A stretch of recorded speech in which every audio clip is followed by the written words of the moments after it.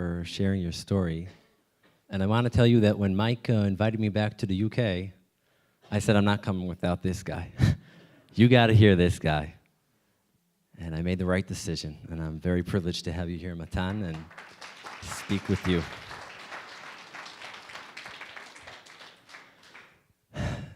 This is my brother up here. That summer of 2014. A few weeks before, I was studying in university, studying for my medical school tests. Hundreds of rockets being showered down on Israeli towns. Over 7 million Israelis terrorized by these rockets. Not to talk about terrorists popping up from tunnels, planning to attack Israeli kibbutzim and moshavim. Very difficult time for all Israeli people, and a very difficult time for me, as Ben Zion, the first son born in Zion after we made Aliyah, my younger brother. What Matan was speaking about is something that every Israeli child hears time after time since he's born, where my parents told me and my brother throughout our life as kids, do not worry, by the time you reach 18, you won't have to go to the army because there will be peace. Messiah's going to come. There'll be peace, there's no doubt. And she really believed that. And every Israeli mom whispers that sentence to her child year after year. And unfortunately, but with great pride and a great feeling of responsibility, we were both drafted to the army. But as I was sitting in university trying to study for my test with a rock on my chest, feeling I should be down there. I am the paratrooper, way better than my brother in Golani like Matan. I should be there on the border. Rockets are being showered down, and it was just a very difficult time for our family because it became real. Because we were educated to defend our people, that one day it would be our turn to go under the stretcher, defend our people, defend our country, and it suddenly became so real. In university, we study Israelis, Jews, and Arabs, and Christians all together. In Israel, unfortunately, Muslims do not go to the army, but they have equal rights, like each and every one of us. And one day, there was a bombing on the beach in Gaza, where 5 Palestinian kids were playing soccer next to a large ammunition hidden by Hamas terrorists. And it was terrible and heartbreaking. Those kids were killed during an airstrike. And this is something that we fear. As Matan says, the war was one of the most terrible things that humankind created. And I'm sure this was a mistake, 100%. Some of my friends in medical school are pilots in the Israeli Air Force up there in the skies trying to pinpoint and target only terrorists. But this is sometimes things that happen at war. And my friend, a Muslim from medical school, wrote on Facebook that morning saying, what is the difference between Israeli soldiers to Hamas terrorists? They both kill babies. And my brother's down there in Gaza. And this is what I hear from my Muslim friend studying with me in an Israeli Hadassah medical school. This is what I hear from him. And I came up to him that morning and I said, we have to talk. How dare you speak in such a way to soldiers of Israel? You haven't spent not even 1 minute in IDF. I was in IDF. I was a paratrooper. Let me tell you what our morals are.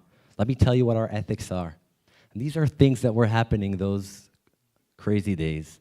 My brother entered Gaza. His building was hit by Hamas missiles. The building went on fire. All his platoon were wounded. My brother, too, was wounded that day. But he decided to go back in. He did not seek treatment in the hospital. He says, we have a mission. I'm going to take the other half of the platoon and enter back in. That's the soldiers of Israel. And that's each and every one's brother. Just like Matan and just like many others who entered Gaza and endangered their life for the Jewish people. I was waiting for that phone call every day, that phone call calling in reservist soldiers. It's funny to say, but I was waiting for that phone call. I wanted to be part of I wanted to feel that feeling that I have responsibility for my people and maybe I can make a difference. And the phone call finally arrived on a Friday. Tens of thousands of reservist soldiers were called up to the army, leaving their houses, leaving their homes, leaving their families, leaving their jobs, leaving everything behind, understanding that now it's our turn to be under the stretcher. These are just my friends from high school I've met over there. And it's hard to say it was a festival. We were all very happy to being called up. But it was a terrible Friday where, as you've seen in the video, one of the soldiers was kidnapped through a tunnel. They didn't know if he was killed or not, and they were going to extend this operation, expand it throughout Gaza to find this soldier, alive or dead. They found out that this soldier has died. As said in the video, they found some tissue in the tunnel that was evidence that the soldier died, and they decided not to extend this operation because of the value of human lives of the Palestinian civilians over there, to minimize the damage to people who are not involved in terrorism. But we trained that Friday Sabbath. We trained for war. We refreshed our urban warfighting abilities, open field fire. And I remember that Shabbos, Shabbat, this is a Shabbat congregation. What do Jewish people do on Shabbos? What do you do on Shabbos? 12 o'clock noon on Shabbos. I'm thinking to myself, where are the Jewish people now all around the world? What are they doing? They're having a beautiful meal, singing songs, talking with each other, meeting family and friends, and having a wonderful time enjoying life. And I find myself on these mountains, shooting, throwing grenades, getting on vehicles, training our abilities in shooting and missiles and stuff like that. And I'm saying, is this how God has told us to preserve Shabbat? Is this what it says in the Bible, that this is the way to preserve Shabbat?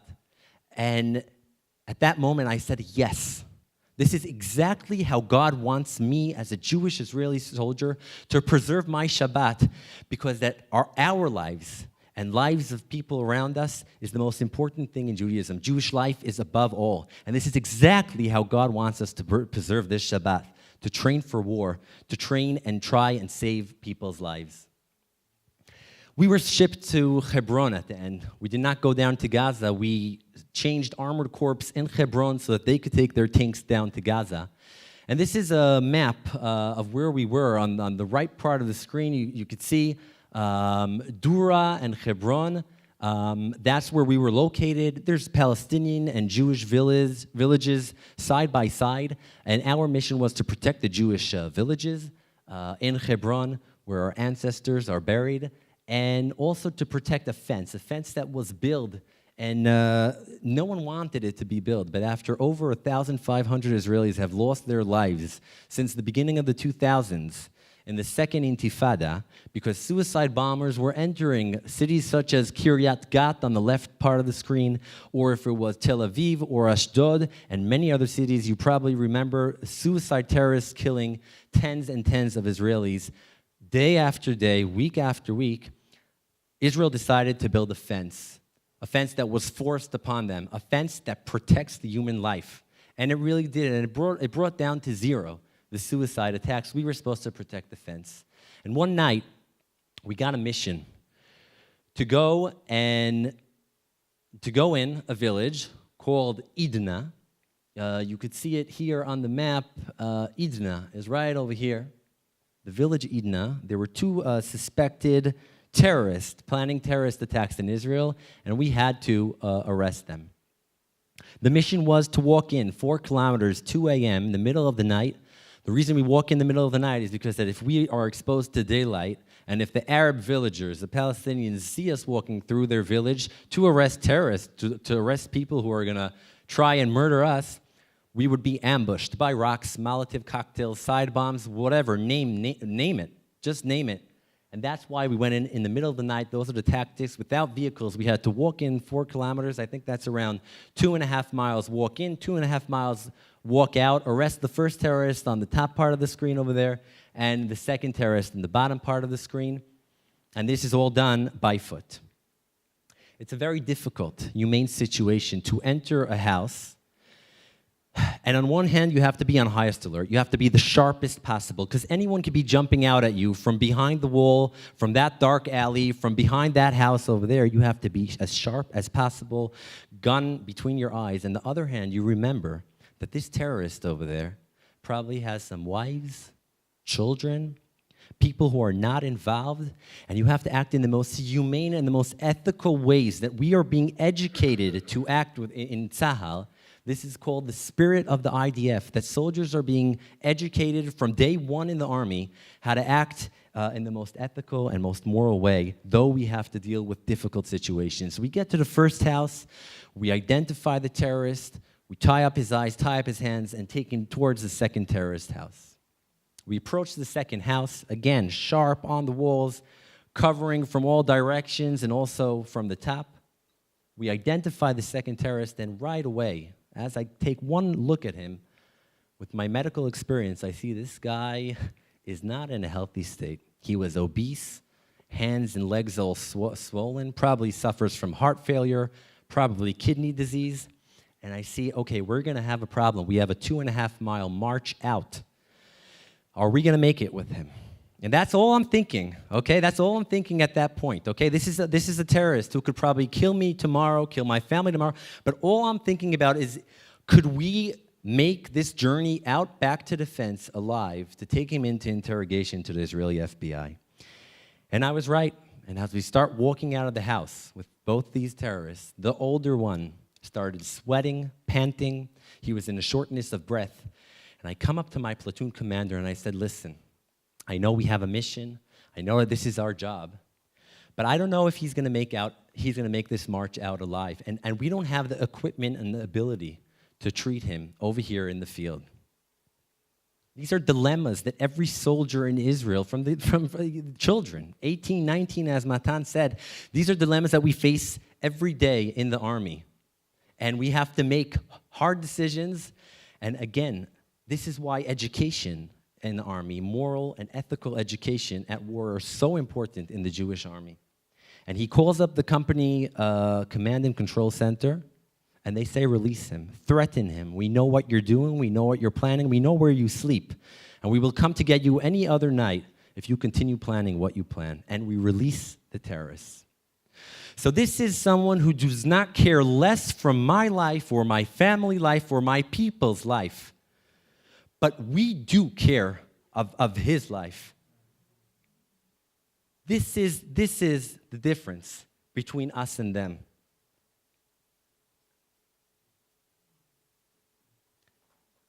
I volunteered in Magen David Adom. This was 4 years ago. I get a call 7 o'clock in the morning from my sister who was taking her kids to kindergarten, 300 meters away from my house. I am a first responder in Magen David Adom. And she calls me up, shivering on the phone, saying, Naftali, there's chaos. Something is happening here. Come quick.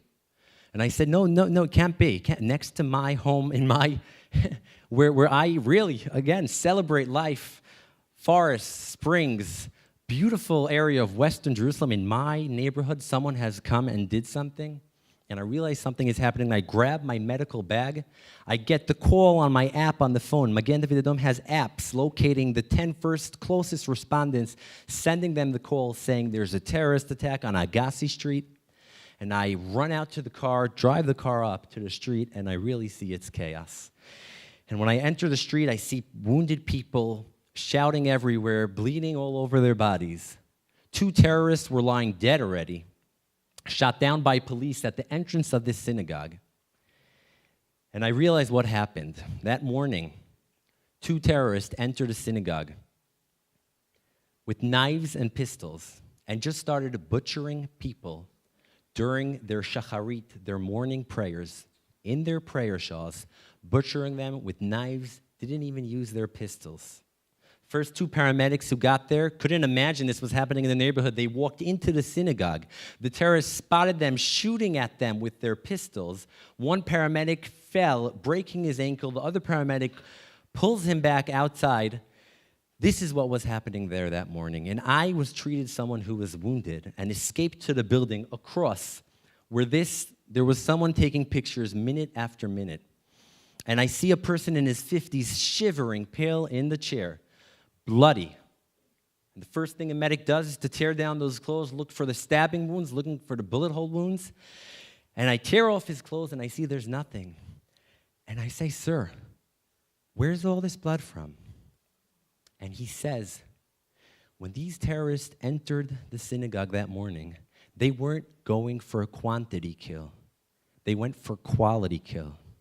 They were so focused on their deadly mission to go out and butcher people that they did not realize how many people were in the synagogue that morning, and that's why so many people managed to escape.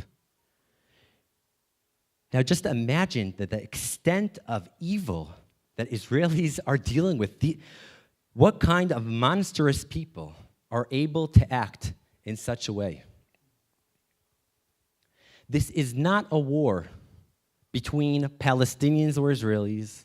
This is not a war between Muslims and Jewish people. This is a war between evil and good.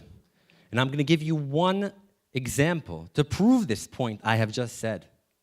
The war between evil and good. This cop over here on the right, closest to the entrance, his name was Zidan Saif, a Druze cop from a Druze village up north, not even Jewish, but obligated to protect human lives, ready to siege this synagogue. You see both the terrorists coming out with bloody hands. And a minute later, Saif was shot down by the first terrorist. Just take a look at that horrible picture of the second terrorist with a butcher knife coming out. And Saif was killed that day together with 5 other Jewish sweet people, just praying to God, just living their lives.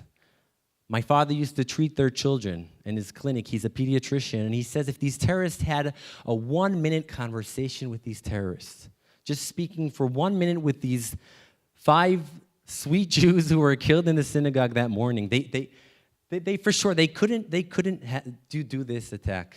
These terrorists are not even Palestinian.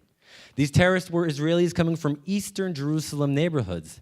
And while I drive my ambulance into those neighborhoods, deliver babies, treat car accidents, do CPRs on their parents and grandparents, this is what we get back. This is a war between evil and good.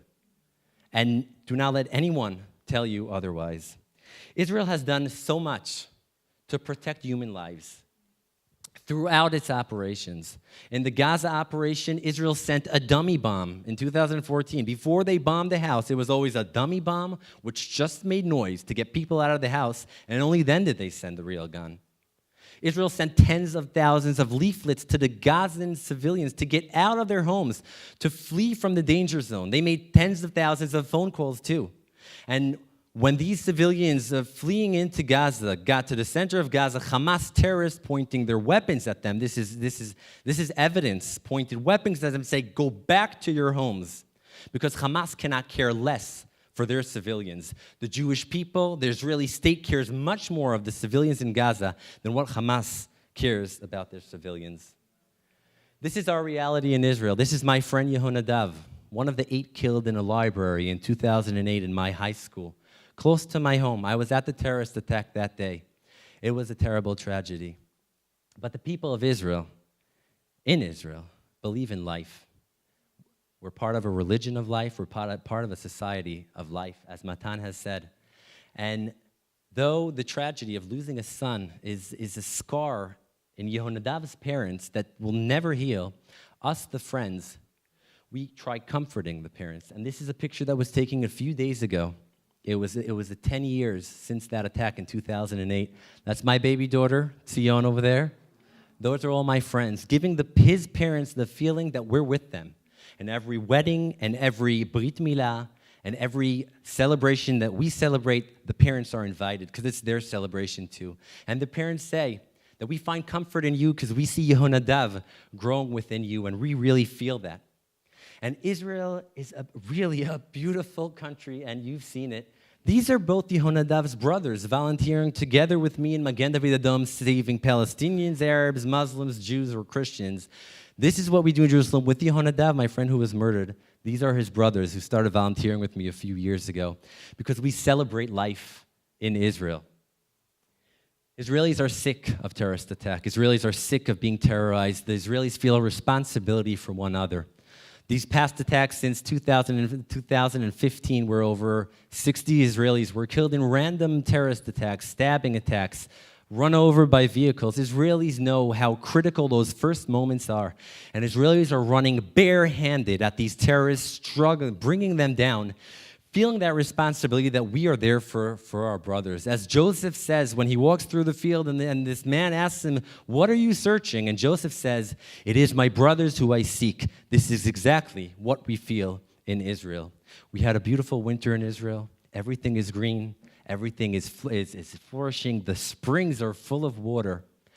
And we are so happy to be living in a country like this. And I always say that if you want to, and I said this when you were in Israel, maybe you remember, if you want to get to know God, you open a Bible, you see his words that he's given to us to get to know him.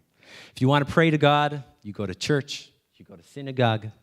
Better off you come to the holy sites in Jerusalem with me and Matan and pray to God and really manage to communicate with him. But if you want to see God, all you have to do is come with me on a Friday morning to Shuk Machane Yehuda, to the market in Jerusalem, and look at the fruits and the vegetables, and take a whiff of those Israeli spices, and listen to the Hebrew in the air, and you will see God. Because when the prophet of destruction, Jeremiah, looks at a city in flames and in ashes and says, one day the streets of Jerusalem will be filled with men and women and children playing throughout the streets. And to see Israel today and to see what it achieved in 70 years.